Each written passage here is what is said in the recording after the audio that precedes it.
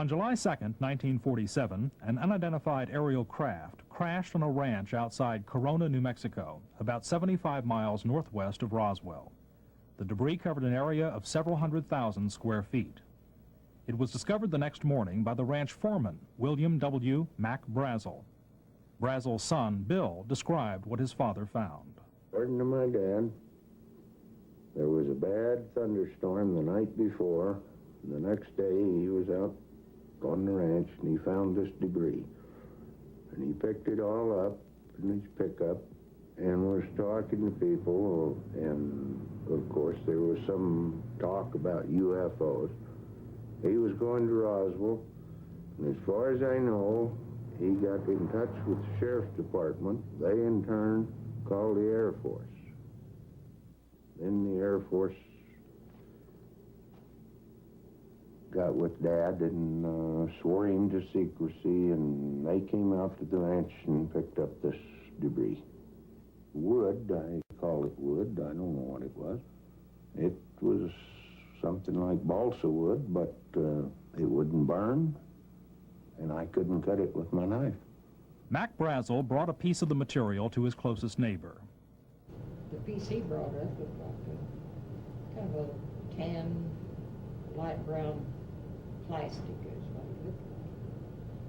We know plastic now, back then we didn't have any plastic that I knew of. And then there was something he described as tape. He said kind of like a piece of tape that had printing on it. It wasn't writing as we knew it. It wasn't Japanese writing, you know. It suggested maybe that it might have been a Japanese book or something.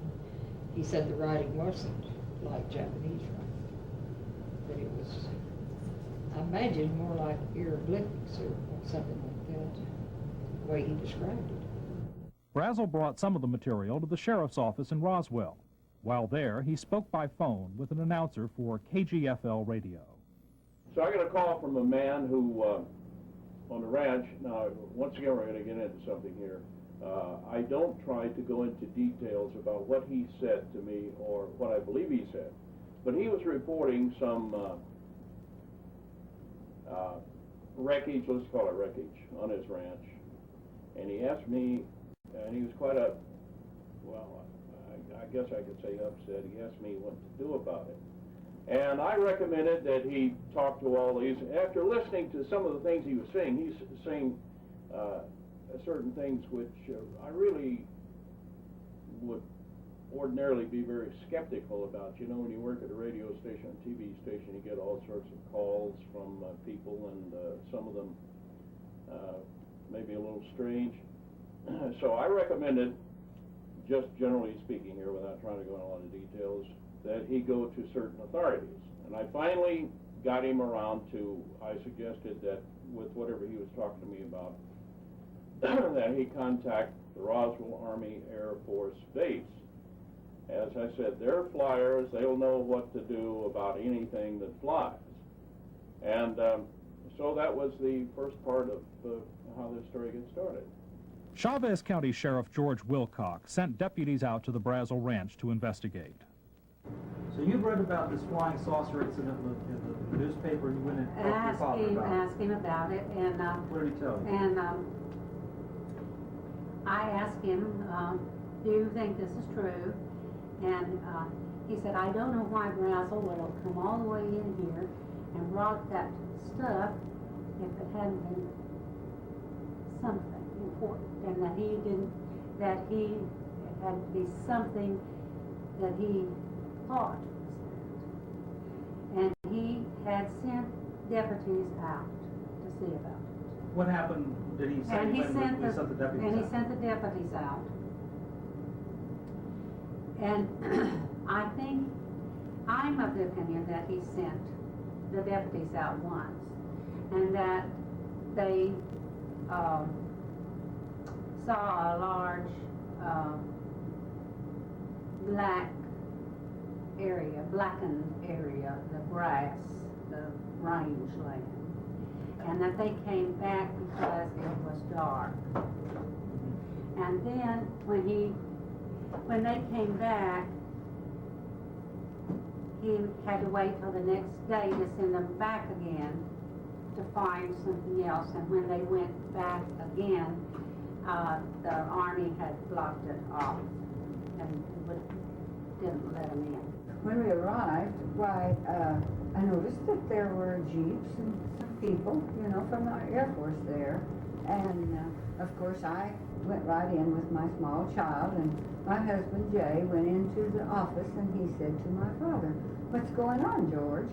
And he said, "Well, we've had a man come in saying that there's a flying saucer and bringing a piece of things," and said, "I don't know what it is," and said, "We're investigating it." And he said, "What was it?" And he said, "Well, it looked like burnt grass out there." But as the years went along, Mother would always say, and I also know of an article that she wrote that said, we do not, as to this day, know that whether it was a flying saucer or what, because they told my husband, Mr. Wilcox, that she would say, "Don't you say a word."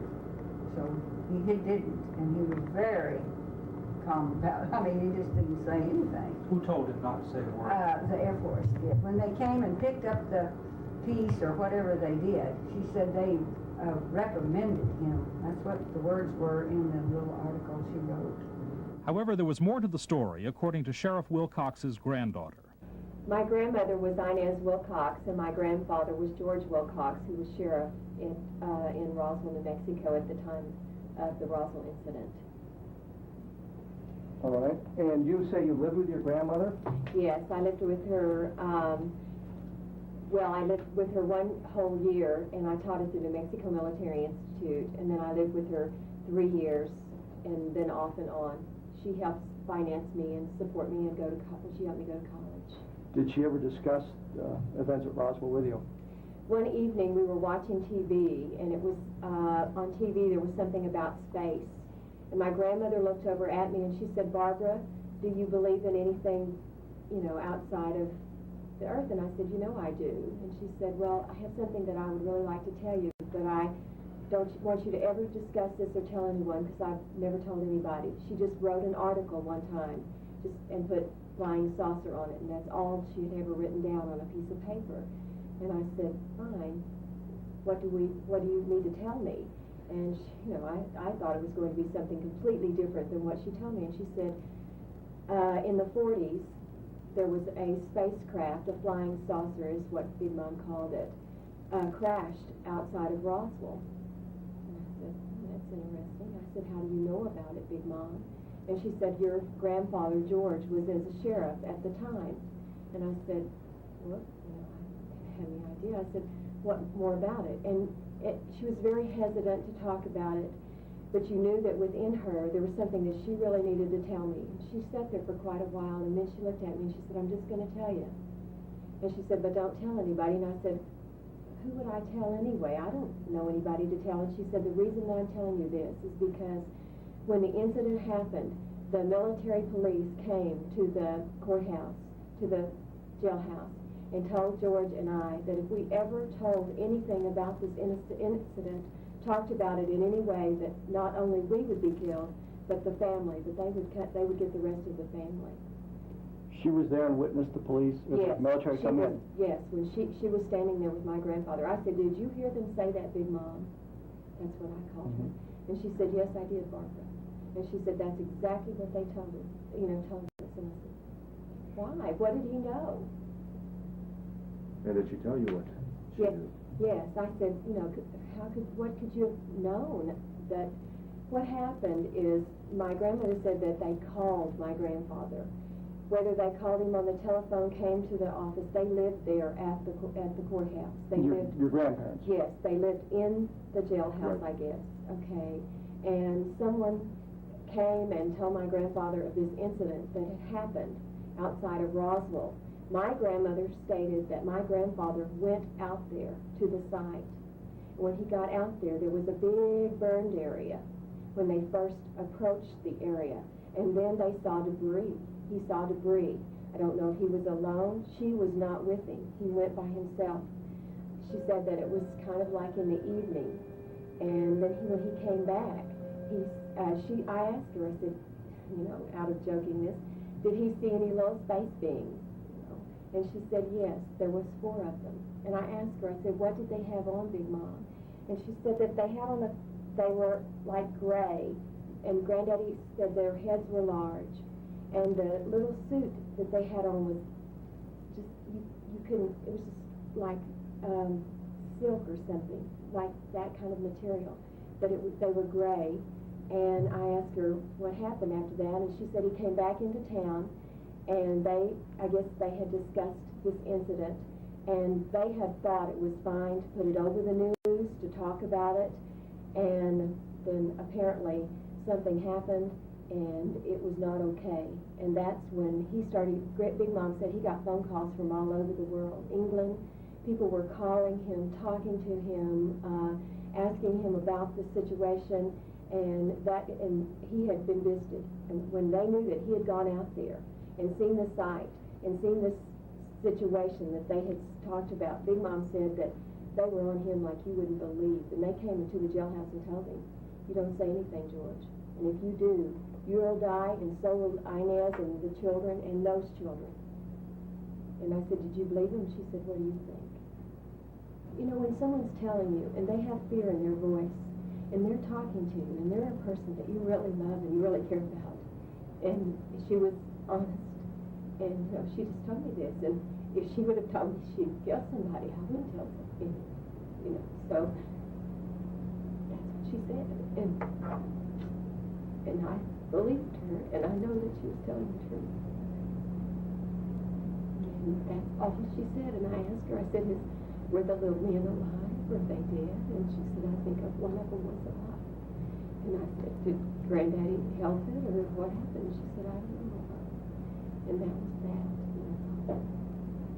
That's all we talked about. She didn't tell me about anything else. The Roswell Base Intelligence Officer, Jesse Marcel, was sent to the Brazel Ranch, along with Counterintelligence Corps Officer Sheridan Cabot. There, they recovered a sizable amount of very unusual debris. I found one piece of metal, what looked like metal anyway. It was not flexible, but it was as thin as a foil in a pack of cigarettes. It was that thin. One of my boys told me, he said, there's something unusual here. He said,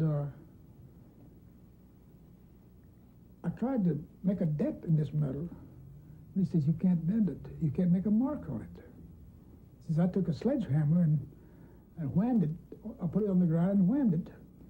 The sledgehammer bounced off of it. Before arriving at the base, he stopped at his house and awoke his wife and son, Jesse, who was 11 years old at the time. I want to say it was very early hours. It was either very late in the evening or very early in the morning when he came back here. And had awakened both myself and my mother. And why did he wake you both up? He had something he wanted to show us. This apparently was some debris or something he brought in from the field at that time. And I understand he was on his way to the air base to deliver this, but he felt that this was unusual enough that he wanted us to see it first before he delivered it to its proper destination. And what happened? What happened after he woke you up? Well, he was, as I recall, very excited. And again, he said, "I want to show you something." And so I got my house coat on, did my mother, and he had gone out to the car and brought back in some metallic debris. I believe it was in a box. I know. I don't recall whether I walked outside with him or not, but he made it seem like the 1942 Buick we had was loaded with the stuff in the back seat and in the trunk area. At any rate, he brought the material in and spread it on the kitchen floor, and in an effort to try to piece it together like a jigsaw puzzle to get some idea of the form of this. But unfortunately, there was too much of it, too finely divided to do that. There was a lot of rather thick foil-like material, kind of not a shiny aluminum, but burnished or a slate gray type of aluminum metal. There was black plastic type debris like bakelite, which was shattered. It was very brittle material. And then there were fragments of what appeared to be I-beams. Relatively small, but the typical I-beam type configuration. Anything else unusual about this particular piece of material? Well, the most unusual part of this whole thing was what was on the I-beam, on the inner surface of an I-beam. Because as you look at it head on, there appeared to be a type of writing on the mainframe itself. This writing was definitely a purplish violet hue. It did have an embossed appearance because you could, if I recall, you could rub your finger along it and you could tell it had texture. I don't recall seeing any lines or letters of any kind, but it was more like geometric shapes. Or, well, it's hard to describe it. It was curved geometric shapes. There might have been some triangles and circles, but it was solid. Is it possible you might have mistaken it for Russian, Japanese, any other language? No way. Master Sergeant Louis Rickett returned to the Brazel Ranch with Cabot. Right out there, they had some stop points. They had some of the military police there, and they had a number of them scattered all around. And it looked like to me that there's something they said that had landed, and there was little particles of things lying all around. I asked Cabot, I said, what's going on? He said, well, this is what the guy said, something landed here, this, but he saw it when he come out here. So, they had air police scattered all the way around the perimeter, and the whole thing was down below the level of the rise, and it was just like a kind of depression through it was a natural depression. It wasn't, that thing didn't cause, it did cause a little bit, but the material that we saw, it just looked like it whatever had caused it, it was just like whatever there, it was just vaporized. It was nothing jagged, it wasn't cut, it was just like it was been a big piece and was just some minor pieces. But some of them were curved, some of them were flat. I know that I walked around to the other side over the distance and up to where the air police, at that time it was the military police, the provost marshal's office, and they had kind of a semi-guard out there, allowing nobody in or out, and they gathered up that stuff as far as I can remember, and I know that it wasn't pliable, it was just as hard as it could be and just as light as feather. And it was enough there that they put some in I don't know what kind of, some kind of a weapons carrier, I think they called it, or a truck that the military had, and they put it in there, and the major took it with him. And I know that we, if I can recall, I think that we had some, and that we had to box it up. It wasn't a big pack at all.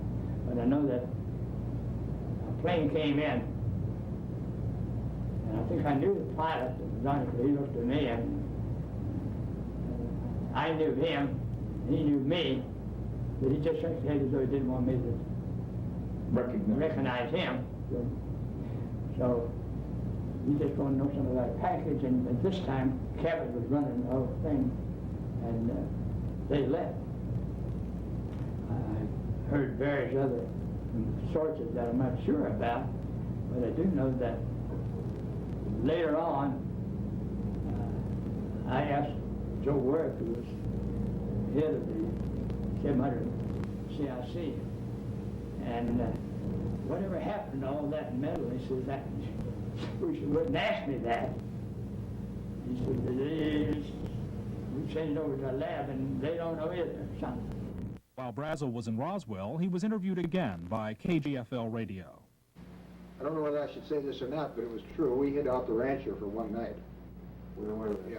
Where? Yes, and we did some transcriptions with him and so forth. Good old wire recorders, if you will. Where did you hide him out? We had him out at Mr. Whitmore's house here in town. He lived outside of the city limits on the east side. So you were present at the actual interview? I was not. You were not. I was trying to run the station at that time. The question that we ran into is the very next morning, some friendly person, probably from Clinton Anderson's office, called us from Washington and said, we understand that you have some information, and we want to assure you that if you release it on this matter, because it's not supposed to be released, it's very possible that your license could be in jeopardy, and so we suggest that you not do it. And he said, when I mean in jeopardy, like maybe 3 days. I think the next significant thing, as far as I'm concerned, it was dark. I got a phone call again, it's Brazel. And he is saying in a very clear voice, you know, and very, very loud, well, look, this story is, you know, we haven't quite got this story right, and I don't know whether it was that night or the next night. See, that's what I'm saying. He wanted to come over and talk to me, so I said, okay, come over to the station. And that's where I said, look, you know, it's a very interesting story or something to that effect, and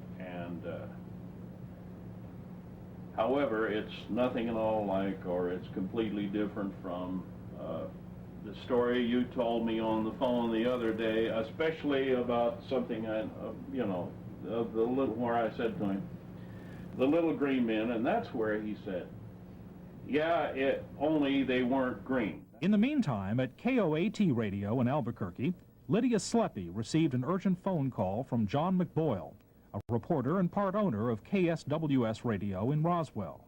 And he told me he had something hot for the network. I got into it enough to know that it was a pretty big story when, if you wanted an interruption on this teletype, if you wanted the operator to stop, or you needed, you know, to feed something in, there was a signal bell that you turned on. And this bell came on and the typing came across, this is the FBI, you will immediately cease transmitting. Brazel was kept incommunicado at the Roswell Army Air Force Base for about a week. Mac was very secretive, and I know that he made it plain that he was not supposed to tell this and not supposed to tell that. And I think most of what he was not supposed to tell was that there was any excitement about this material. Now that's my recollection. But Mac was pretty unhappy? Oh, you bet. He was a man who had integrity. He definitely felt insulted and misused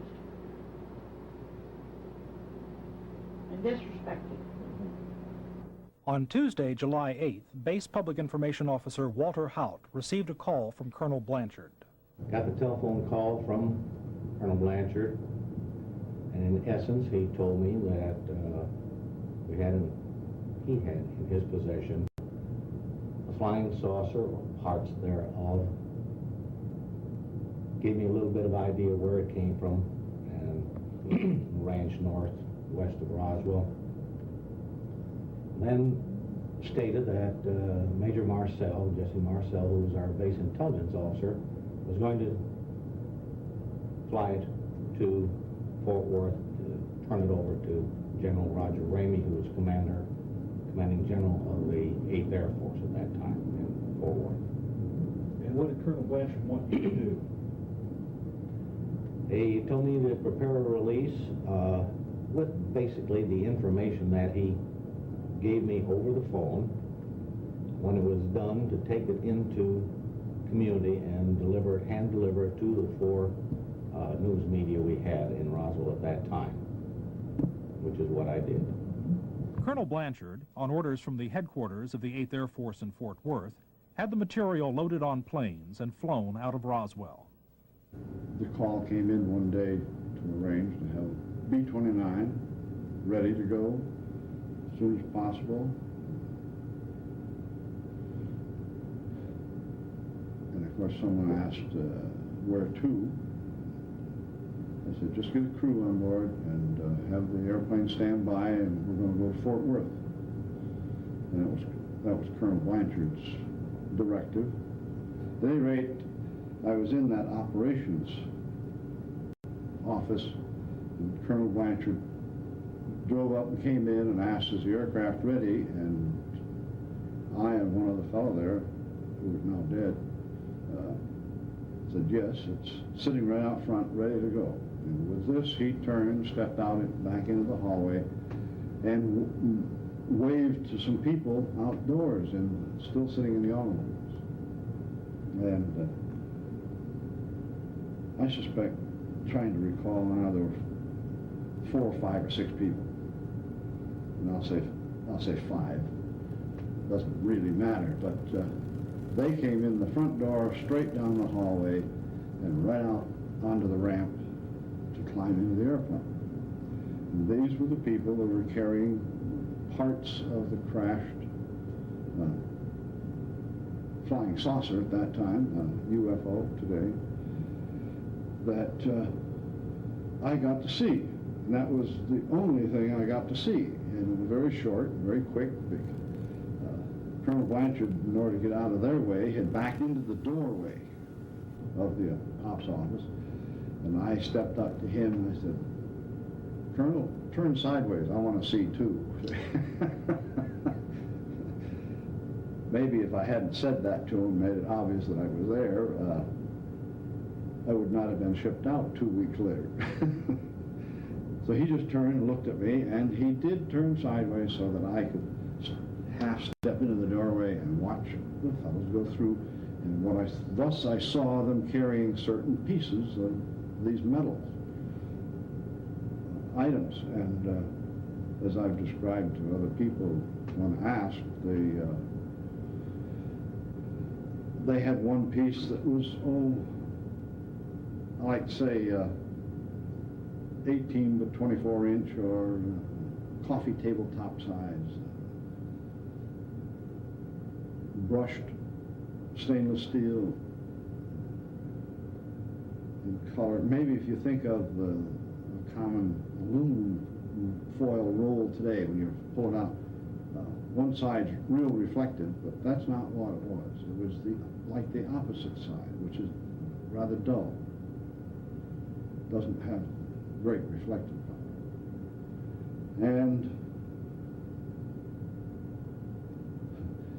I've heard it mentioned now for so many times about the I-beam with the markings on it and so forth. And I actually saw that piece of I-beam being carried through and saw the markings. But it was a case of here it was and there it went. And very quick. That was all I got to see. Well, we flew these pieces. They told us it was parts of a flying saucer, and we flew from Roswell to Fort Worth. And we started out. They told us we'd be going to Wright-Patterson in Ohio, and we got to Fort Worth, and they transferred them to B-25 and took them on to Wright-Patterson. And what did you do then? Then we returned to Roswell. Okay. Who do you recall was on board that B-29 when you left Roswell? Colonel Jennings was on board, and Colonel Barraclaw, Major Wunderlich, and Major Marcel was the ones up front. Okay. And who was it who told you that these were pieces of a flying saucer? I don't remember just who it was, but it must have been Captain Henderson. What did you think when you heard that? Well, first I'd heard of a bunch of flying saucers. So it didn't really mean a whole lot, I guess. What was it that was actually loaded on board that you saw? Well, we had it's just packages and wrapping paper, and one of them was triangle shaped, about 2.5 feet across. bottom. And the rest were in smaller packages, about shoebox size. The triangle shape, is that an unusual kind of packaging? It seemed to be. And this was brown paper on the outside? Right, with tape. And did you actually load this stuff? Yes, right. And what was your feeling when you... Well, just like picked up an empty package. Is that right? Very light. My involvement was to help load the crates of the debris onto the aircraft. Why don't you back up a little bit from there? Were you aware of something happening? Yes, we all became aware of it. With our people going to the hangar that was on the east side of the ramp, we were on the far west side of the ramp. Our people were going over there, and they'd come back and remeasure the aircraft to the inside for the capacity. Go back over there, and they were crating this stuff up. And when they... when you say they were creating this stuff up, did you see what they were creating up? All I saw was what they showed on TV here during your first program that I called in. It was a little piece of material, about so big square. And you could crumple it up, let it out, and it would come out flat. And you could not crease it. One of the guys that was in on the crating and so forth had picked up a piece, slipped it in his pocket. And where he is now, I don't know. Now, when I spoke with you on the phone, I mentioned about a distant cousin of mine that was with the Secret Service. And during our conversation, this was back in the 70s. Trying to think of the year, but it was in the early 70s. Family reunion, and we talked at length. And I asked him, I said, where would they take something like that? He said, most likely Los Alamos. All of our secret stuff goes to Los Alamos. You didn't have any first-hand knowledge of this event, though? He was there. At Roswell? Yes, he came as more or less a representative of President Truman. Did you see him at Los Alamos? I mean, at Roswell? He saw me. But he didn't speak to you then? No. He recognized my features to the features of the families. His daddy and my daddy were very close in relationship. I mean, they palled around all the time. But in the 70s, about 72 I think it was, when we were talking, he said he recognized me there, but he didn't want to identify himself. With what department or agency was he with in 1947? He was still with the Secret Service. I don't know what particular branch. Did you discuss the specifics about what went on at Roswell with him in 72? Well, some things. In other words, he asked what outfit I was with. And I told him, I said, the first ATU. He says, oh, you guys flew it out. And I says, flew it.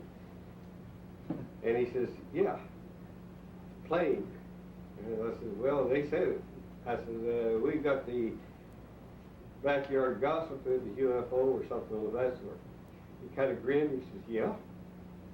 Yeah, it was July 9th, 1947, and we left Roswell with a crate, and we flew it to Fort Worth, Caldwell Air Force Base in Fort Worth. What were you told was in the crate? Actually, when we left, we didn't know.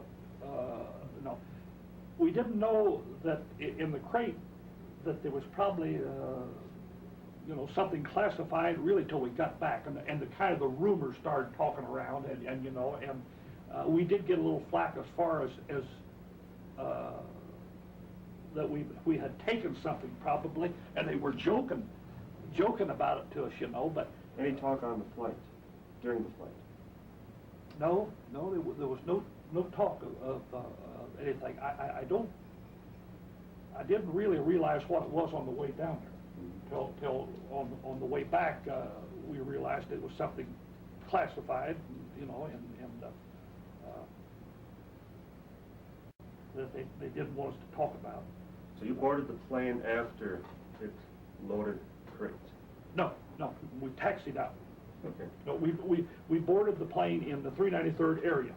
See, right off of the operations, really, and taxied down to the area where we picked up the crate, and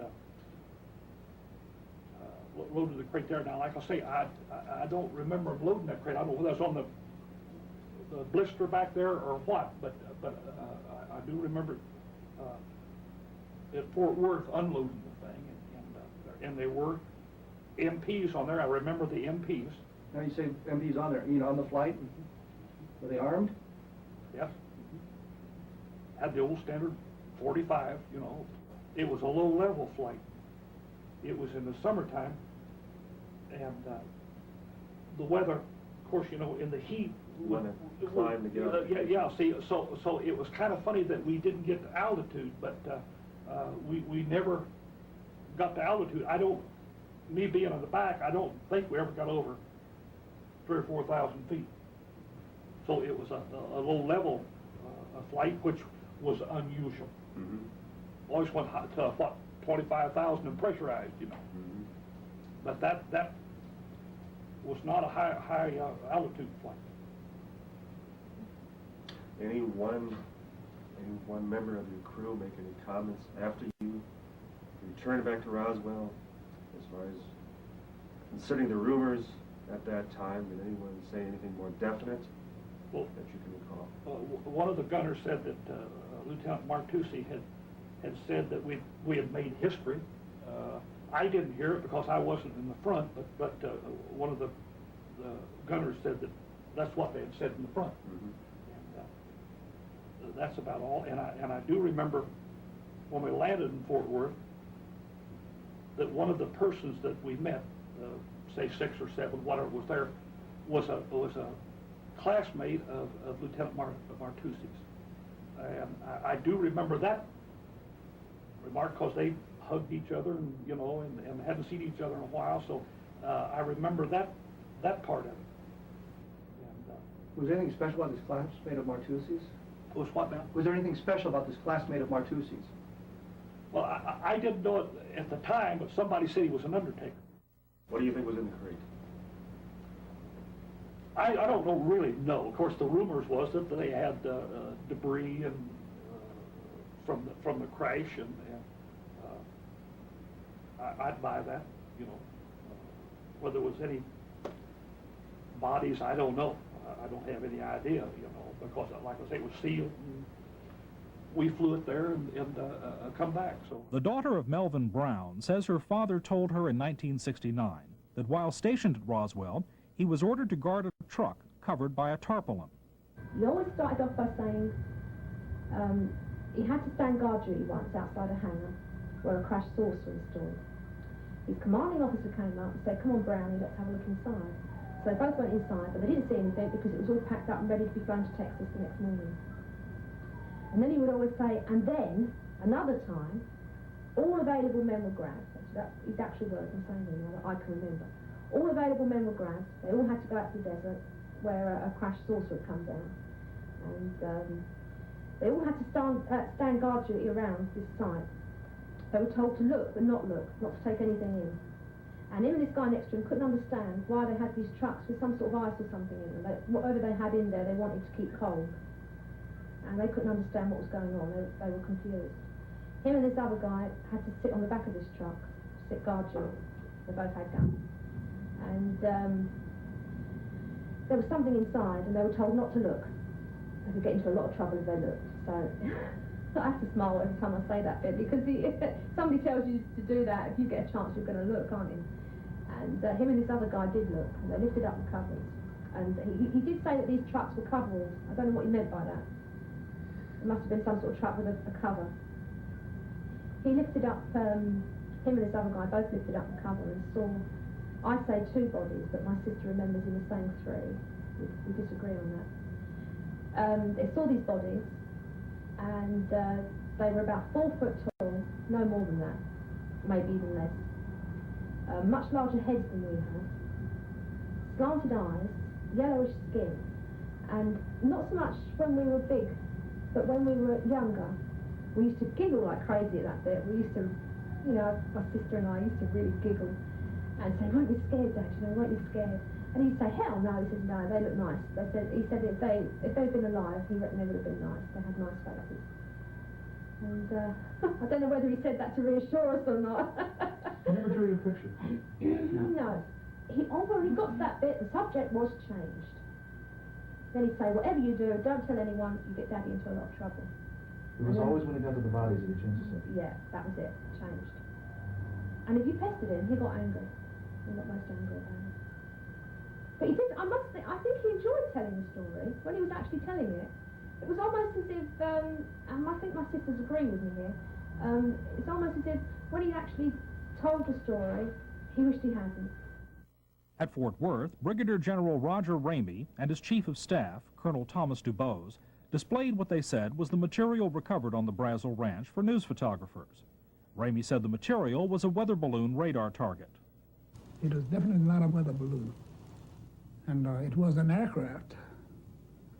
So what it could have been, I wouldn't know. I still don't know. There's no doubt in your mind, I gather, that the balloon story was a cover story. Absolutely none. We knew that it was a cover story, and if, whose idea it was, I haven't the vaguest idea, but we used that in order to assuage the curiosity of the press, because this had gotten out in the Fort Worth Star-Telegram, Dallas News, and the UPI. And well, the press release from Roswell, Blanchard's press release. Yeah, there are all these pictures from Roswell. You see, all this created a lot of hubbub, and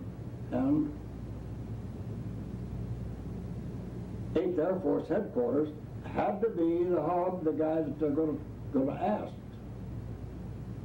The president, somebody along the line is going to say, who's running this show? And it comes up to the 8th Air Force, Ramey and or his Chief of Staff. Somebody in there has got to know something about it. Bill Brazel says today his father knew the debris was not from a weather balloon. He said that's what the Air Force tried to make him believe, that it was a weather balloon. And he said, "Bill," he said, "it was not a weather balloon." He said, "I don't know what it was." But he said it was something altogether different and much bigger. Brazel adds that he picked up some of the debris that the military left behind.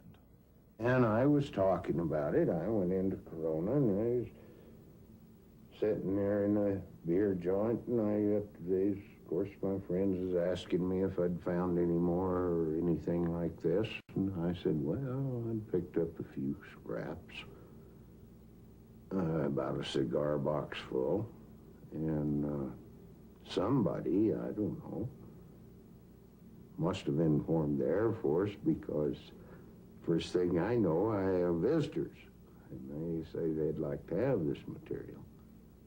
And they didn't tell me they'd confiscate it. They just said, well, like we're going to have it one way or the other, you know. During this period, Glenn Dennis, a mortician working for the Ballard Funeral Home in Roswell, which had a contract to provide mortuary services for the base, received several phone calls from the base mortuary officer. I got a call about around 1:15 or somewhere right after lunch, around 1:15 or 1:30, from the mortuary officer wanting to know what was the smallest size hermetically sealed casket that we had in stock or that we could get. And I think I informed him that we usually kept a 4 foot, but I could possibly get a 3/6. And I said, I mean, what do you have in mind? He said, well, this would be for future services later on, in case he said, we need to know this in case something comes up in the future. And then about another hour, maybe 45 minutes later, I get a call from the same officer And he said, I would like to know what your preparations for bodies that might have been laying out in the elements are. He said, could you give me what's your preparation and how you would do it?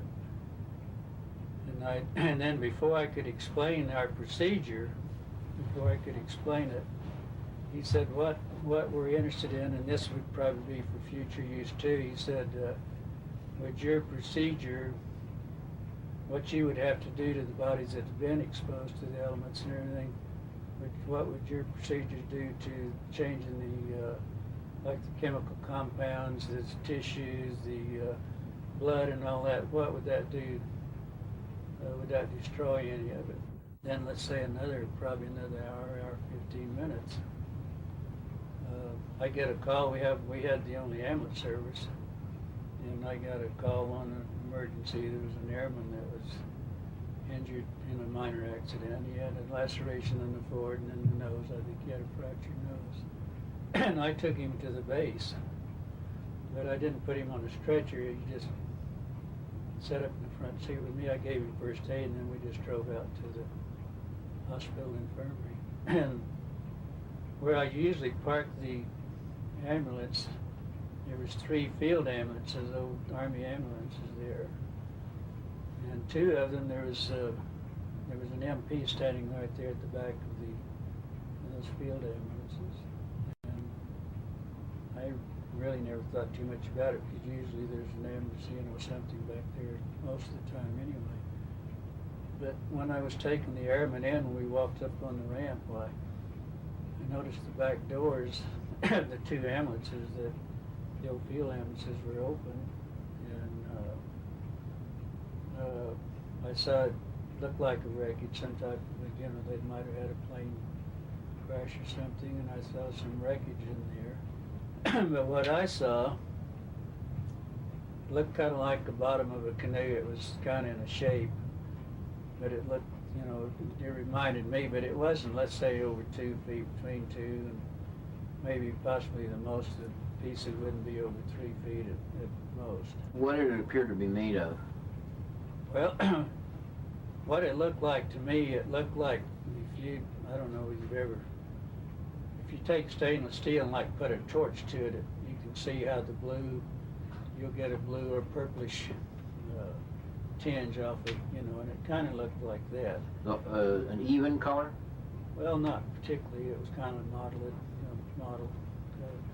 Did it exhibit gradations in color? Was it the only thing? One part of the the purplish stain, was it lighter or darker? Or?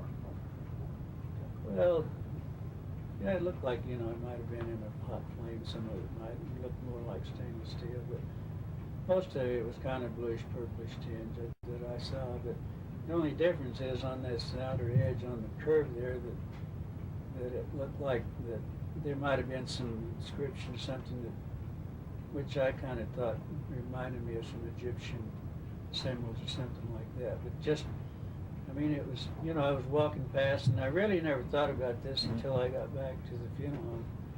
Then what happened after you saw that? Well, then I took the airman on in and checked him into the infirmary there and turned him over to whoever was on call, the nurse there. And I have to always, when I bring him in, I'd sign a report, about a funeral home ambulance, have transportation in, because I'd always have to file a statement later and send back out. One particular nurse that I was pretty well acquainted with, and I was going to want to see if she was there and buy her a Coke, and we talked a lot, but this nurse had only been there, she'd only been commissioned like around 3 months, and she had graduated from college and taken the state boards and gotten her license, and then she went into the service and was a second lieutenant.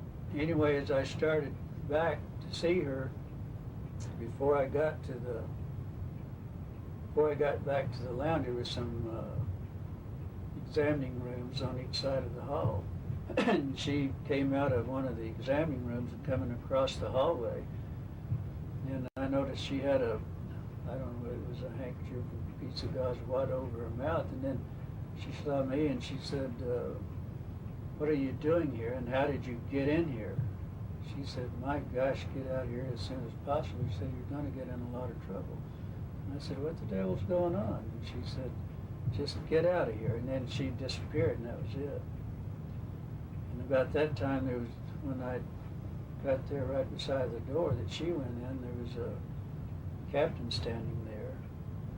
And he said, who are you? And I told him I was Glenn Dennis from the funeral home and that I brought a patient out. And he said, you wait here just a minute. And he waved at someone, and then about that time, 2 MPs showed up. And where I got in trouble was I said to him, I said, looks like you had a crash. And I said, I need to go back and get preparations ready because we usually, in the crash, we always did our identification, everything in our garages and everything. Getting the dog tags and the buddies and everything else. So I said, should I go get ready? And he said, that's when he said, you wait right here. And then 2 MPs come on and said, come on, mister, you're leaving. And what do you remember about him? Well, I don't remember anything about him, but the 2 MPs was taking me down the hall. They were, on each side of me. And they told me they had orders to follow me back to the funeral home. But we had gotten just, not probably over 10, 15 feet. And then we heard this voice said, we're not through with that SOB. He said, bring him back. So I turned around, went back, and then there was this other captain, red-headed captain. He was a mean-looking number, but he was talking pretty rough. And he said, you did not see anything. There was no crash here. You don't go into town and making any rumors that you saw anything, that there was any crashes. And he said you could get in a lot of trouble. Well, I was a little agitated, a little mad about the situation when he called me an SOB to start with. And I said, hey, look, mister, I said, I'm a civilian and you can't do a damn thing to me. And he said, oh, yes, we can, mister. He said, somebody will be picking your bones out of the sand. And he said, we can do anything to you, that we want to. And then there was a sergeant, a colored sergeant, that had a pad or something in his hand. I remembered that. And he said, he'll make real good dog food. He said he would make good dog food for our dogs. And they said, get the SOB out. And that's when I went on out and went back to the funeral. Then the next day, I tried to call this nurse. I wanted to call her, see what was going on, because then, when someone escorts you back, which had never happened before, you knew there was something wrong. It wasn't normal procedures, you knew that. So I tried to get a hold of her, and they kept telling me that she wasn't there yet. She wasn't there, and so I called maybe 3 or 4 times that morning, and about 11 o'clock, she called the funeral home and said, I understand you've been trying to get a hold of me. And she said, I'm not on duty today. But she said, I need to talk to you. And I said, fine, you want me to come to base? She said, well, let's just meet at the officers club. She was very upset. She looked like, death warmed over. But she said, you won't believe what happened. And she said, before I talk to you, before I tell you anything, excuse me, I'm having a throat problem here, but she said, you have to give me a sacred oath that you will not ever mention my name or not. She said, you can get me in a lot of trouble. She said, what I'm going to tell you, you don't know where you got this, And I said, what do you mean by sacred oath? And she said, I mean like cutting your arm off. That's what she told me. And I said, okay, because I said, I would definitely like to know what's going on. Do you think she was telling you this because you were good friends? Oh, I think so, and I think she didn't want to get in trouble either, because she was very conscientious of everything. I mean, if the rules and regulations, that was just like reading her Bible to her, you followed the rules and regulations. Yet, she told you. But she didn't have to say anything. Yeah, and that probably was against the rules, wasn't it? Telling you? Well, I'm sure. Imagine I would assume, and she wouldn't have told me that unless someone, said you keep this to yourself or whatever. I'm assuming this now because But anyway, she said, what happened, the way she got involved in the first place, she was going across the room to this other room to pick up some supplies. This is where the two doctors that were in there supposedly doing a preliminary autopsy on these bodies. And she got whatever she went. She started out, and these doctors said, "You're not going anywhere, nurse. We have to have you in here. So we have to have some help." And she said she never smelled anything so horrible in her life when she got in there. And I said it was the most gruesome, most horrible sight that she'd ever seen in her life. The smell was almost devastating. She said, "I was never so horrified in my life." And she said, "I don't know if I'll ever sleep again or anything else." She said, "I've never seen anything so gruesome." I said, "Well, look, you're a nurse." And I said, "Anytime you're in this business, you're going to see a lot of things." And I said, "You may as well get used to it." And she said, "No, this isn't what it is." She said, "This is something that no one's ever seen." Was she ordinarily calm or emotional? Oh, no, she was so hysterical. She would grab Well, I mean, ordinarily. Yeah, oh, yeah, she was very, not laid back, but very precise, though, but, you know.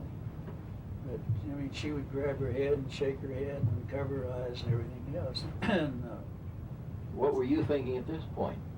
Well, I didn't know, because I was thinking that she was going in total shock. I really thought, hey, there's a problem here, and I thought she would probably go into total shock, is what I was really thinking. And while she was telling this, other people were there, and there wasn't anyone around us, because we kind of had a table off on the side of the office club ourselves.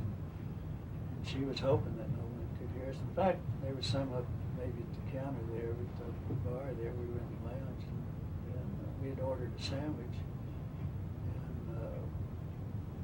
But she was never touched her sandwich, and I don't think I ever did either. I'm not sure. But she looked like she was going in just total shock, really. And I said, "My God, you know." And she said, she said, "Last night I made a diagram." She said, "You won't believe this," but she said, "I made a diagram." And she said, "On these little bodies."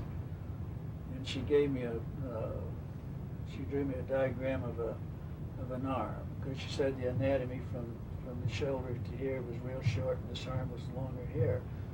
And there was only 4 fingers there wasn't a thumb, only 4 fingers. Little long, very fragile little hands. She said one of the hands was detached from the arm, and she said when the doctors turned it over, that she noticed on, and they made a notation. That's what she was doing, was trying to take notes and making notations for them. And they were all sick. But she said that on the tips of these little fingers, it looked like little pads with little holes that kind of looked like a small suction cup on each end of these fingers here. Said there was no thumb at all on none of them. They only had like the 4 fingers on there. And she said the heads were very much larger than the body. It was out of proportion for the size of the body they had. The eyes were very deeply set back and set in. And she said that the amazing thing about the skulls that it wasn't like ours, that it was kind of like a newborn baby. They were kind of flexible, that, you know, the doctors couldn't move, that it wasn't, you know, like a hard skull. And she said that was a different, the nose was very concave. She said there was only like a couple of little orifices, and you didn't have the bridge of the nose, but it was more or less concave. The mouth was just a real fine little slit there. The doctor said there was no teeth, but it looked like maybe a heavy cartilage or something like that. It was very kind of hard, but not like, you know, wisdom teeth or anything. The ears didn't have any. There wasn't an ear like ours, but there was a couple of little orifices in the ears up here on each side.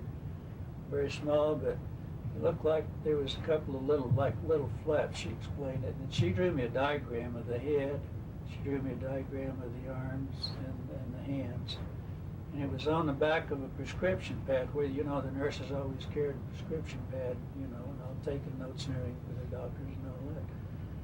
these were rather small, but she had drawn those the night before, and she gave them to me. She said, you know, that you can have these, but there again, I was sworn to secrecy again, that, you know, either destroy them after I got through with them or whatever.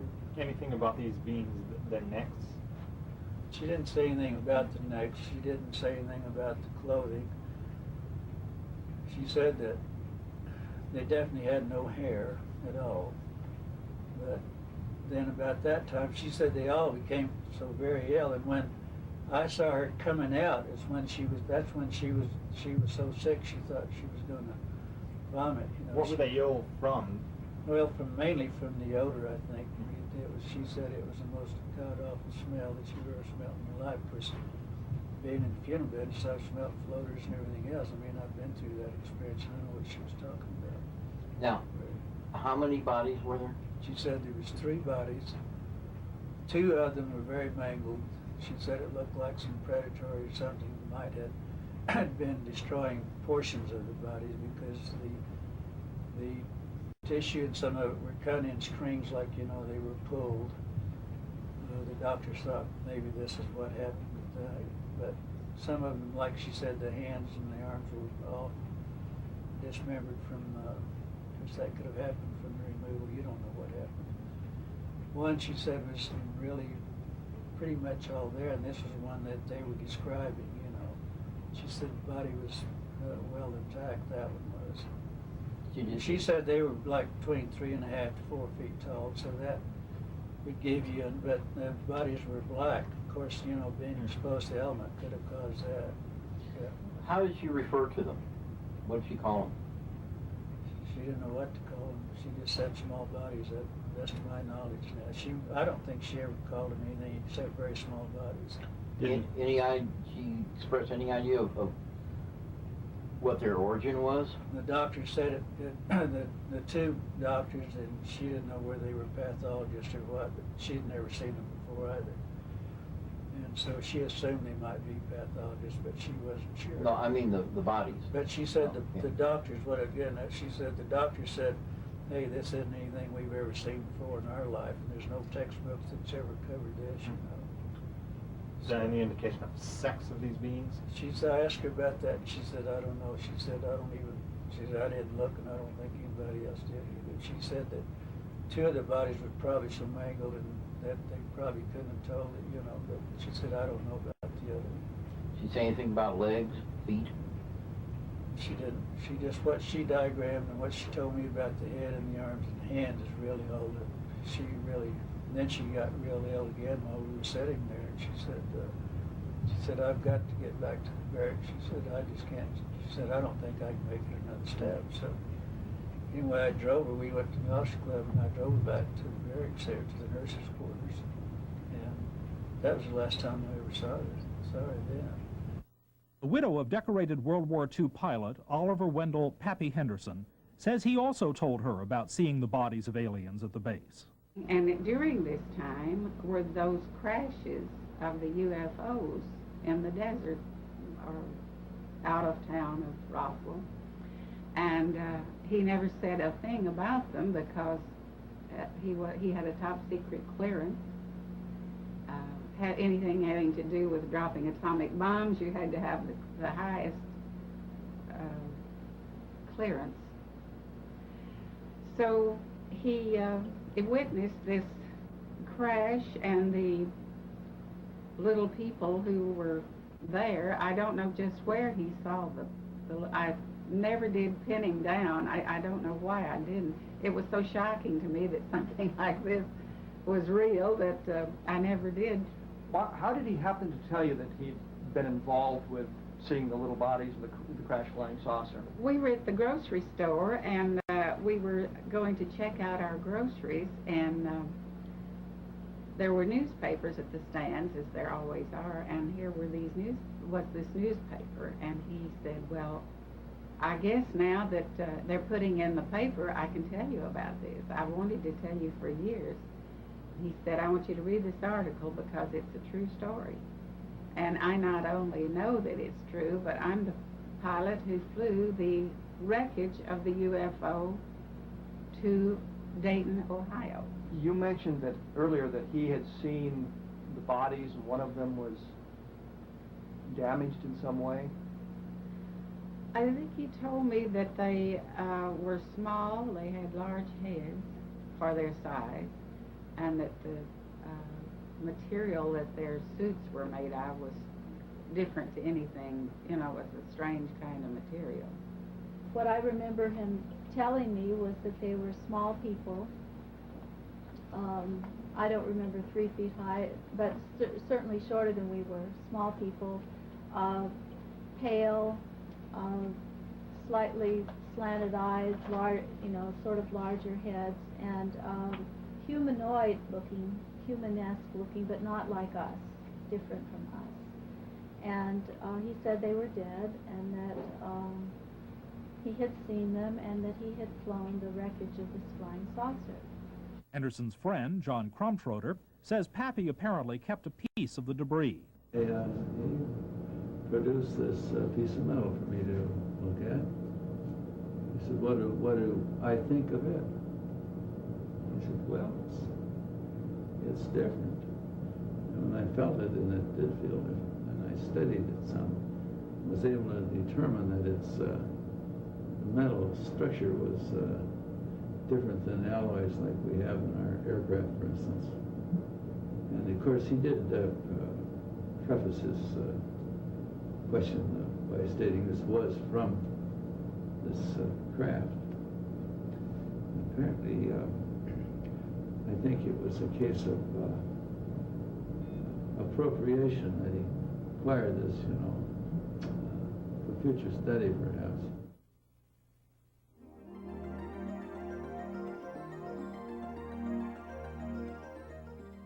At about the same time, another unidentified object apparently crashed about 175 miles to the west of Corona on the plains of San Augustine.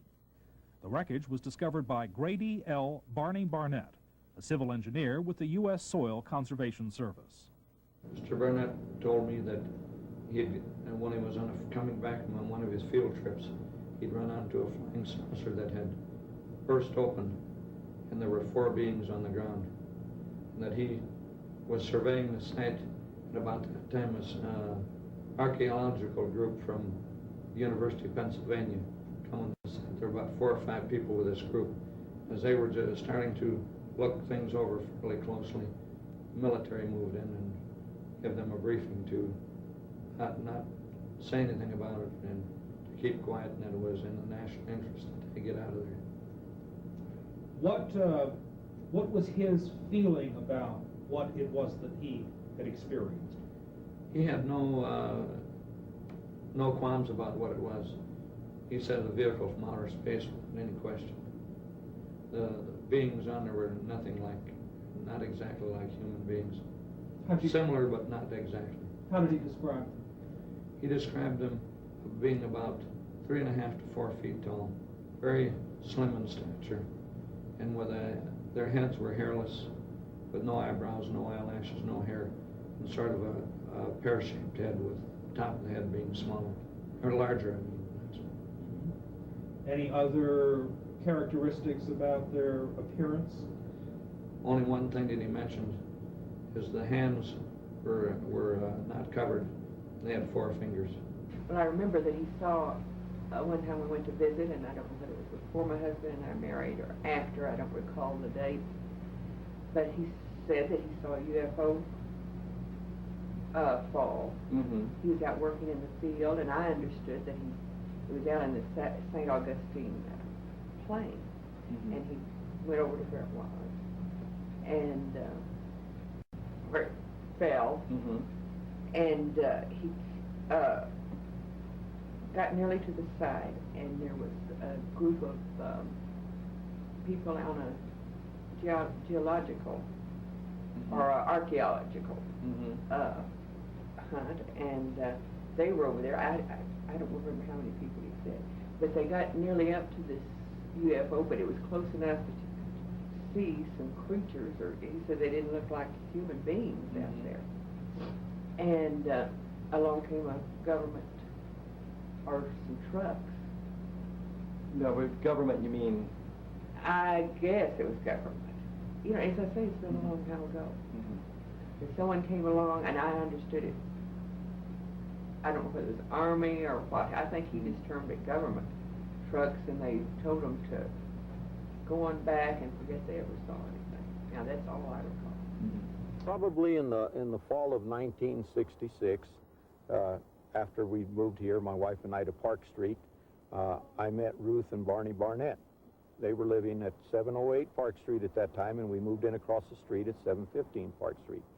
And they were retired, and they were, you know, always hanging around their house and stuff. And I got to know Barney and Ruth pretty well. And, one morning about 3:30 in the morning, when I got ready to go to work, and I used to work at White Sands, my phone rang, and it was Ruth, and she wanted to know if I could come over and help her pick Barney up. He had fallen about 1 in the morning when he got up to go to the bathroom. Well, this had happened before because Barney had been ill, and he'd had some surgeries, and he was a little weak.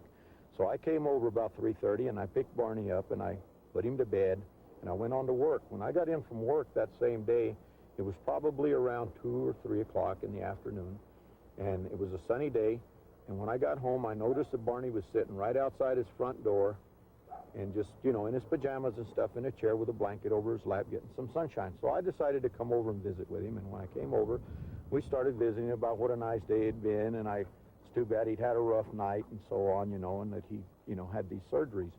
And we got to talking about what might have caused his surgery. And he told me that the doctors had told him that it was probably caused, the cancer that he had in his throat and mouth was probably caused because he smoked cigars when he was a younger man. But Barney told me that he didn't agree with him. He told me, he said, I think I got this cancer, he said, from breathing some radiation in, he said, from not a UFO, what he told me, from a flying saucer that crashed on the plains of St. Augustine. And when he said that, I said, where? And he said, on the plain of St. Augustine's west of Magdalena, he said, I saw a flying saucer crashed out there, he said, and I saw the bodies and everything, and they were little bodies, and I saw them, and I think that's where I got this radiation. So I asked him how close did he get, and Barney told me he kind of leaned over where he was sitting on his chair, and he said, I was this close. He said, I leaned and stooped right over him, and I saw him. And I think that at that time, he said, I inhaled that radiation through my mouth, and that's where I think I got this, you know, mouth cancer and throat cancer and so on. And, but he did tell me on the plains of St. Augustine, west of Magdalena. And I asked him if anyone else had seen this, and he said, yes, that there were other people out there at that time, you know. And I never questioned him too much about it, because at first I kind of felt sorry for him. I thought he was kind of, you know, losing his mind a little bit or something, imagining this. But as it turned out, I guess he wasn't, you know, because Barney was, you know, all there mentally till the day he died, you know. He was a very intelligent man. So did you believe Barney? I certainly do believe Barney. He would never fabricate something like that up, you know. Another account of the event comes from Robert Drake, who was an archaeology student doing research on the plains in September 1947. On Sunday, 28 September 1947, we started back to the University of New Mexico, stopping at a ranch where we were expected for the midday meal. About 200 feet from the ranch house, while waiting to eat, I walked over to a fence on which a large boom had been wired next to a post. While there, I was joined by a ranch hand who talked about Indian artifacts being found in the vicinity and about how the summer rains made it extremely muddy there, and so forth.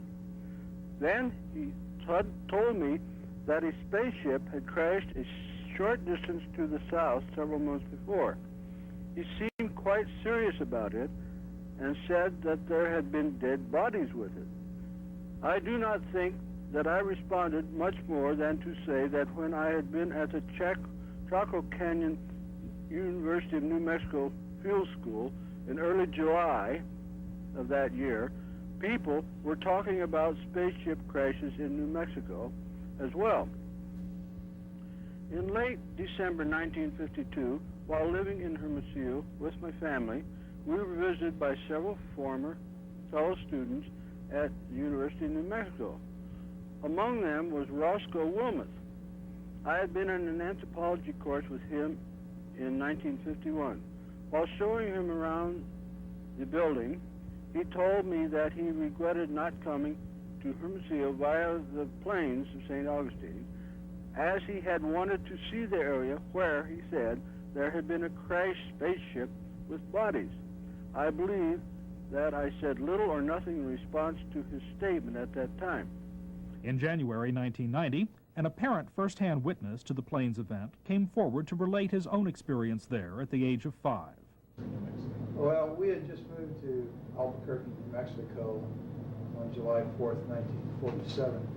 This was approximately the day before we went out on the plains of San Augustine with my Uncle Ted, my cousin Victor, my father, my brother Glenn, and myself. We drove down to the plains of San Augustine, which is west of Socorro, New Mexico, in the Magdalena Daddle area. And we were down there looking for banded and moss agate, which, according to my Uncle Ted and my cousin Victor, was prevalent in the area. My brother, being an amateur rock hound, wanted to get some of this, and it was a way of showing us around the area. And they had relatives down in Magdalena that they wanted to introduce us to. And so we had gone down there, and we got down in the Horse Springs area and had driven off onto the plains down an old rutted road for a mile or so, and seemed like a long ways.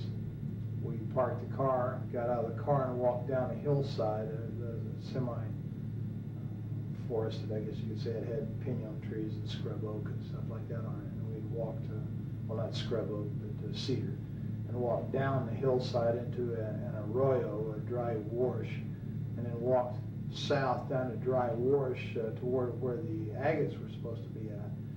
And as we came around a bend in the arroyo that had pinon and cedar trees growing on it, we were able to see farther ahead down the arroyo, and on the next ridge line there was a large silver disc-shaped object was embedded in the side of the ridge line, and there was debris and wreckage and stuff strewn about the area, but mainly this thing was intact. I would estimate its size from an adult perspective to be something like 35 feet in diameter. I've heard other people who were there say they thought it was like 50 feet, but as an adult I would say about 35 feet in diameter, quite large. When we got up to it, there were 4 bodies there, not human. There was 2 of them who were obviously dead.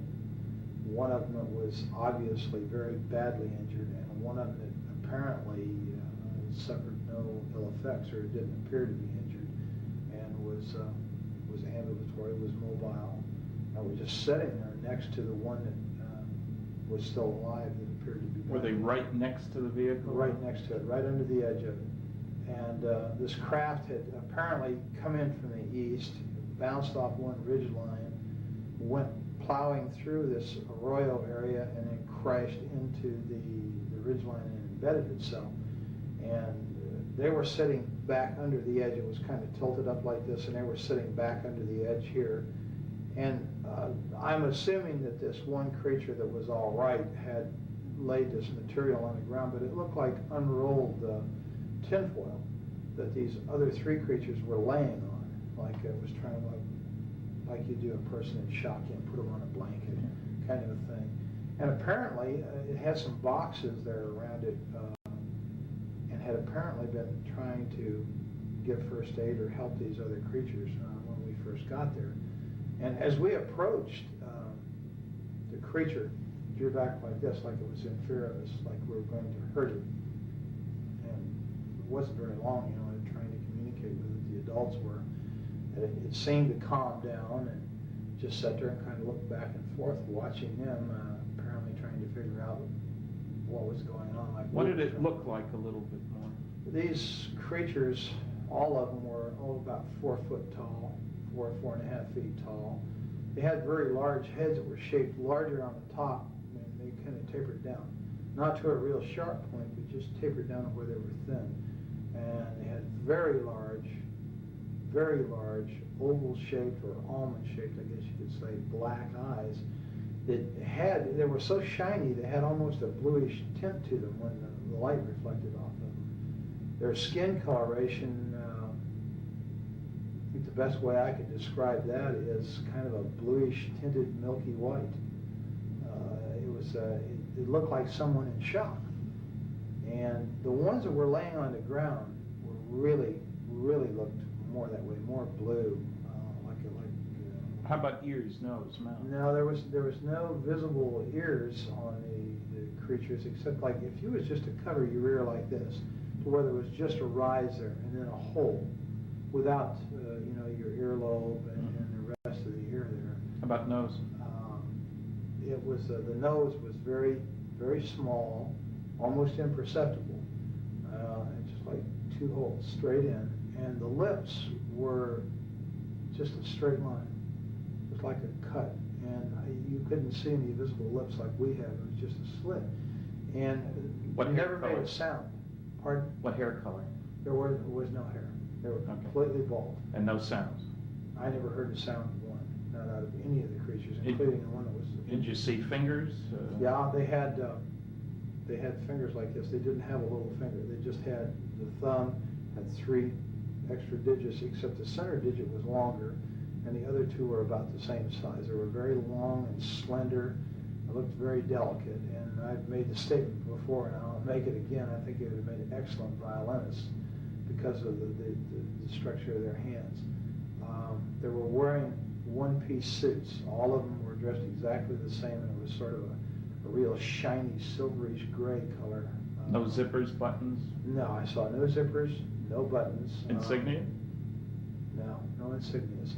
The only thing that was different, they all had this, but the only thing that was different from the silvery gray suit was that down like the seam on it, like it was a seam on the shoulder, and around the collar it was trimmed in what appeared to be maroon, like cording. Then the suits were continuous with their footgear. You could see right about this area down, it seemed to be less pliable than it was up here, like this was a stiffer area, like they were boots or shoes or something. But they were all dressed exactly the same. Okay, so you and your family are talking back and forth, wondering what was going on. What did your family say? I mean, did they say anything? Yeah, my brother, one of the first remarks I heard he made was, that's a goddamn spaceship. There was bodies up there, and I was told not to go up there, which I did. And how old was your brother at the time? He was in his early 20s, I think 20, 21, something like that. He was a lot older than you were. Oh yes, considerably. When we got up there, I kind of meandered off to one side. This thing was cocked up, and I was standing here. The bodies were here, and everybody else was kind of down here, except my cousin Victor was over here playing and looking in this gaping hole on the side of this disc, and it's shaped just like a discus, except for a round dome was up on top, and there was this big gaping gash in here where you could see inside, and it looked like a double hall. How big length? The dome? The gash. Well, it covered the greater majority from the center of the craft out. It was just like a gaping hole in there. And I'm thinking, it's like about 30 feet, 35 feet in diameter, so we're talking about 17 feet maybe. Uh-huh. And most of that one side was ripped open like that. And you could see inside, and you could see another double hull like in there, and there was just rows of components that was on there, and there was lights that flashed on and off. Some of them were steady, some were flashing. There was a lot of debris and stuff hanging out of the hole. There was evidence that there had apparently been fire. It looked like it had been burnt along the edge there. The gash. Now, this wasn't a gash that could have been caused by the thing coming into the ground. It wasn't at the leading edge of the vehicle. No, this was in the side, like, it almost appeared, it was elliptical. It almost appeared as if something the same shape as the disc we were looking at had hit that same, had hit the disc and left an imprint that pretty closely approximated the outside diameter of the disc itself. And it appeared to be caved inward. Okay. And kind of like, you'd hit it like this and it just crumpled and caved in and ripped it open. Okay, so you're there, you take all this and everybody's mystified. What were the circumstances outside? Hot, cold? Very, very hot. Well, to me, being the first time in New Mexico and coming from back east, that dry heat was just like being inside of an oven. It was unbelievable to me. And that was the odd part about this thing. The closer you got to it, the cooler it was. And standing under it in the shade there, next to these creatures' bodies, it was like refrigerated air conditioning. And did you feel air coming out of this thing? Or? No, it was just like it was ambient. And I remember reaching up and putting my hand on the side of it, and I think I was afraid it was going to hit my head because there was enough room for me as a small child, you know. I was approximately the same size as these creatures to walk up under there and stand there, but I kind of did like that, put my hand up against this thing. What did it feel like? It was ice cold. It felt like it just came out of a freezer. Was it smooth? Was it rough? It was very smooth. It had a very smooth texture to it. It was obviously made out of metal. It was very solid, and it was very cold, ice cold. And there was a smell in the area. It smelled volatile, acrid, like acetone. And that seemed to be coming out of that gash, that smell. But the closer you got to this thing, the cooler it was. So I kind of remained there, and I guess that while they were over here, my father and my Uncle Ted and my brother, and Uncle Ted was trying to talk to this thing in Spanish, and of course it didn't understand a word he said. And Dad tried to talk to it, and then they tried, sign language, and that didn't work. And I don't know, for some reason, I just, I reached down and touched it, this one that was laying next to me. And when I touched it, I realized, I jumped back. It scared me and startled me because I suddenly realized that these weren't dolls. I thought they were plastic dolls. And I was still in my mind, these are moving dolls, until I touched it and I realized, this was a dead thing. I'd seen dead relatives before, and I unfortunately had made a mistake one time touching a relative that was in a casket, and I just knew this is a dead thing.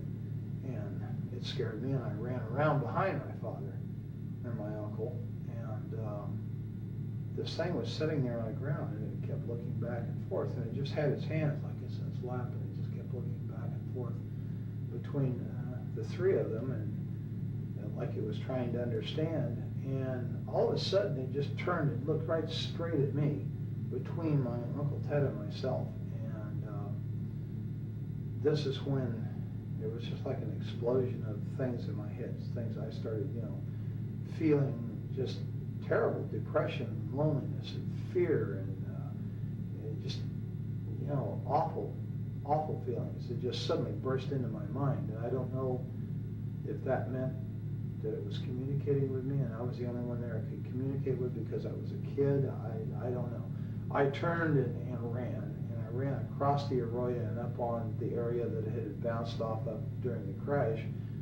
And was just standing there looking down at this scene, and my family, and off in the distance I could see cattle grazing, I could see a windmill, and I could see dust trails out on the plains out there.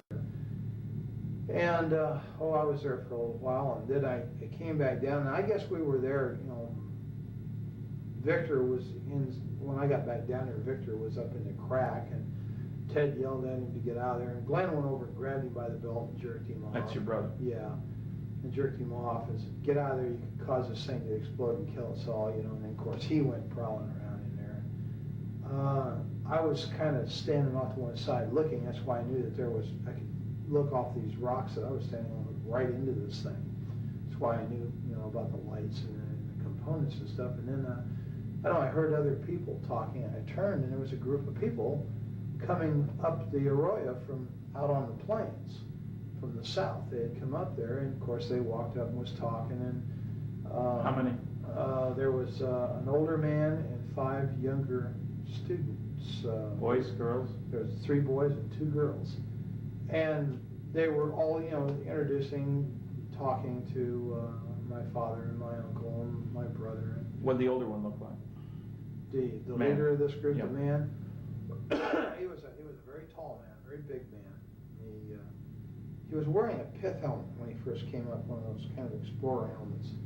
And he was bald, and I know that because he had taken it off, and he had done this, a couple times with a handkerchief and put it back on. He was a balding man, and he had a round face. He was very ruddy complected. He's a big man, and he apparently was a doctor because they kept calling him doctor. And as I understand it, was an archaeological group that was out there on some kind of summer thing, and they talked, and he apparently was able to speak several foreign languages, and he tried to talk to this creature several times in different languages, again to no avail.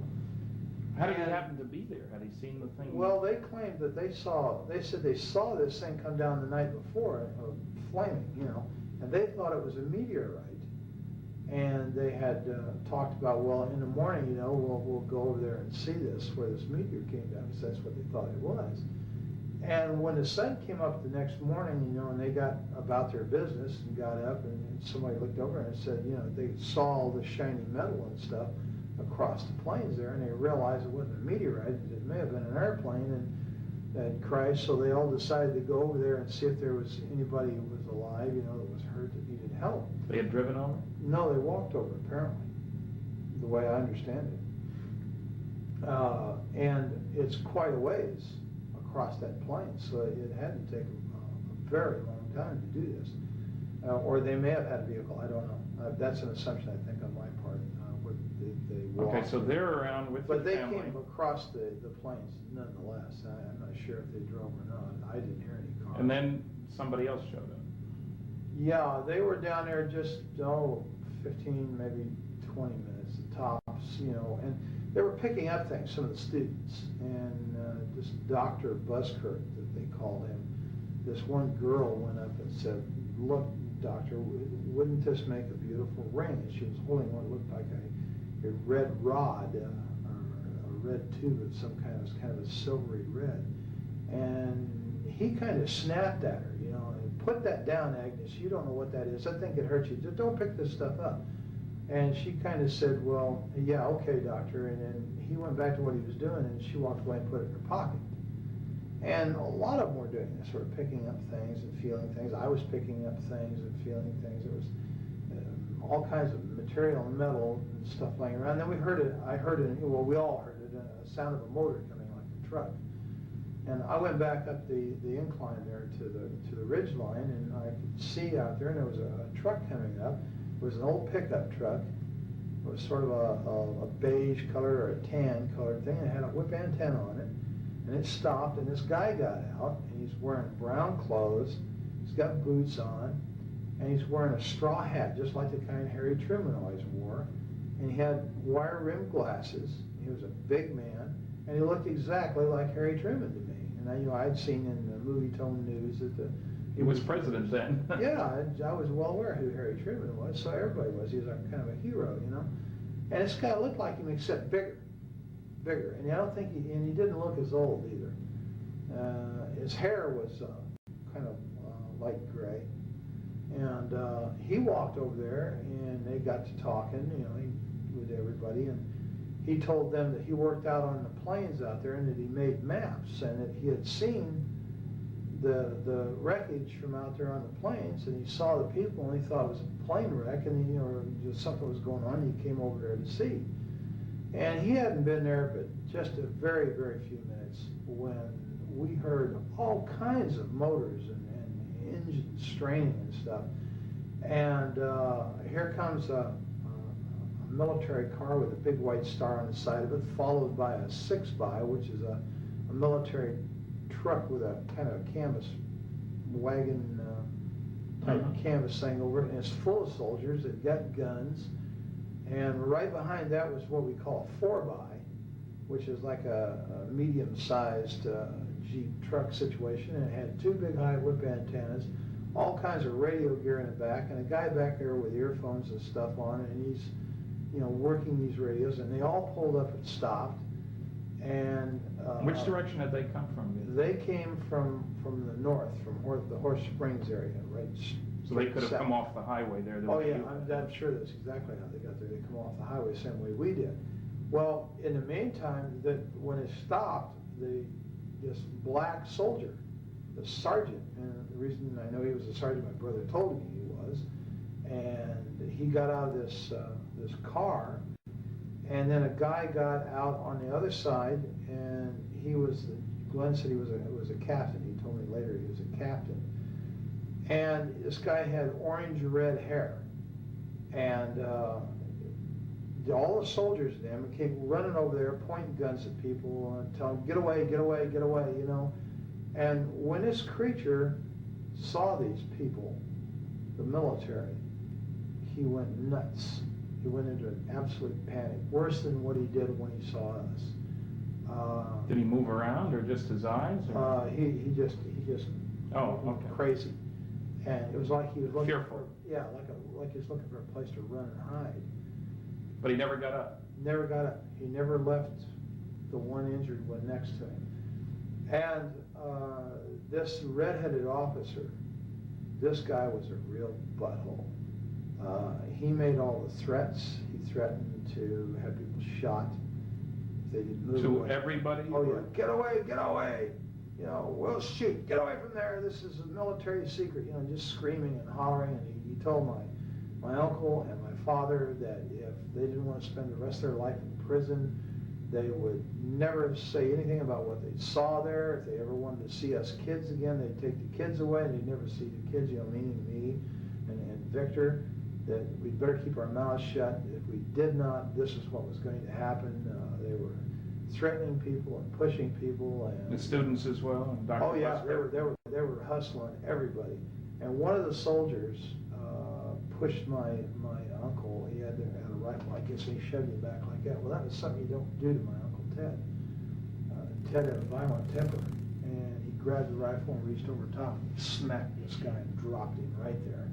And Ted had dropped the hat. This guy's a cowboy. He'll hit you in a minute. And of course, when he did that, there was bolts opened, and I guess cocking, you know, they were cocking their rifles, and they were pointing guns at people, and everybody, Busker and Glenn and Dad, grabbed him, you know, pulled him back and got him away. Don't, man, they're going to shoot, don't do that, you know, trying to stop this. And I think we came very close to having someone shot. Then they really started threatening, you know, and they interviewed. Did the redhead do all the talking pretty much too? Pretty much, except once in a while the sergeant would chime in and make statements like that to other people in response to the redhead. But mainly it was the redheaded. Was there a name tag? Yes, there was, and his name was Armstrong. And I'm not sure if I know that from having read it or know that from remembering it, now being able to read it in my memory, or if someone said that to me. But his name was Armstrong, was right here on his uniform. Now, they chased you guys away pretty quick. Yeah, they did. And they herded us up like cattle, and they moved us up the Arroyo back in the direction we'd come from, over the protest of this Dr. Busker, who said, no, we've got to go the other way. We came from over, I don't care where you came from, get your ass up the Arroyo. And they ran us up the Arroyo. And so you get to your car then? Right. Now, they take us up the Arroyo, and just below the hill that we came down, they broke us off and moved us up the hill. Now, this whole time, no one has ever frisked us down. No one has ever checked our pockets to see if we picked up any of this material. And this girl, Agnes, still has that stuff in her pocket, and some of the other students had stuff. To my knowledge, up to that point, they had not been searched. Whether they did so afterward, I don't know. They never searched us, ever. They run us back up the hill, and when we got to where the car was parked, where Dad had parked the car up there, there's a Jeep with a guy sitting in the back, and there's a mounted machine gun in the back of this Jeep, and all these soldiers. The Jeep pulls out, we're told to get in the car, we follow the Jeep, and the soldiers go with us, all the way back out to the highway. When we get back out to the highway, they set us right there. They wouldn't let us out of the car. They wouldn't let us move forward. I don't know whether they were making a decision or what. When we got out to the highway, this place was absolutely full of military personnel, military equipment. There was airplanes sitting out there that they had landed on the highway. Did you see any airplanes when you were back at the site? Yeah, there was airplanes in the sky, but nobody thought much about it. You know, I didn't think anything about it. I was used to airplanes being in the sky, having, you know, been raised in Indianapolis, Indiana, the home of the Northern bomb site. You know, the sky was always full of military aircraft. I never thought nothing about it. And when we get back onto the highway, there's observation aircraft, you know, high-winged aircraft, and there's one, what I know now to be a C-47 sitting there, and how we didn't hear that land's beyond me. And how he landed, well, of course, I guess you could land if you're a good pilot out there, because there's no telephone poles or anything. And it was, they had tore the fence down on the north side of that highway, and all this equipment was setting back up there, and that plane was up there, and they were taking stuff out of the plane. There was military ambulances, and there was trucks with wreckers, cranes on them, and there was tankers, like maybe had fuel or water in them. There was just, everywhere you looked, there was military. And a major recovery operation. Yeah, it looked like an invasion force. It really did. And they were all wearing these light khaki uniforms. They didn't look like, you know, olive drabs. They were light khaki, and they all had the same patch over there, that kind of blue funny patch with the circles on it, was on their shoulder. And Did you have any clue as to where they came from? Did your brother or your uncle? No, I don't know where they came from. I don't think anybody ever ascertained that. There were a lot of them had MP patches, and some of them were wearing nightsticks off of these webbed utility belts. They had nightsticks, and they had 45s and holsters. You know, the automatics in the full holster. And these were the people who were given most of the orders. They had the road barricaded off out there, and we sat there for a very long time, and, you know, we were getting thirsty and everything, and we asked, you know, if we could go back to Horse Springs and get some water. Oh, no, you can't go through there. And right after that, they said, no, you just turn around and you head out of here now, and you go to Socorro, and this is a redhead again, you keep your mouth shut, just keep going, and don't look back. Well, so we drove away, you know, and Dad and I said, hell with it, we'll go to Magdalena, we'll get water at Magdalena, you know, because that's where John Trujillo lived, the relative of Ted. And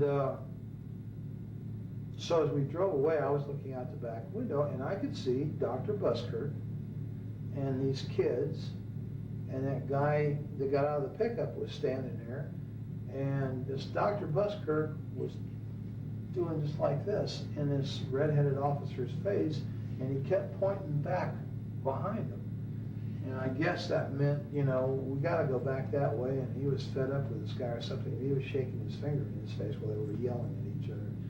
And that's pretty much the last I saw of the whole situation. I don't know what happened after that, because we just kept going. To summarize, the material recovered on the Brazel Ranch was highly unusual. The material was not from a weather balloon. The weather balloon explanation was a cover story. The discovery of the debris quickly got the attention of high-ranking officials in the military. The operation was highly classified. The media were intimidated by government officials. Civilians were threatened by the military. A craft was found at the Corona crash site. Bodies of aliens were found at the Corona site and were taken to the Roswell Army Airfield. A craft and aliens, both dead and alive, were found at the Plains of San Augustine crash site. The preponderance of evidence from multiple independent witnesses indicates that at least one unidentified flying object crashed in New Mexico in July 1947. The craft and the remains of non-human occupants were recovered by military personnel and transported under extreme secrecy to Wright Field and other locations for analysis. The results of that analysis are unknown.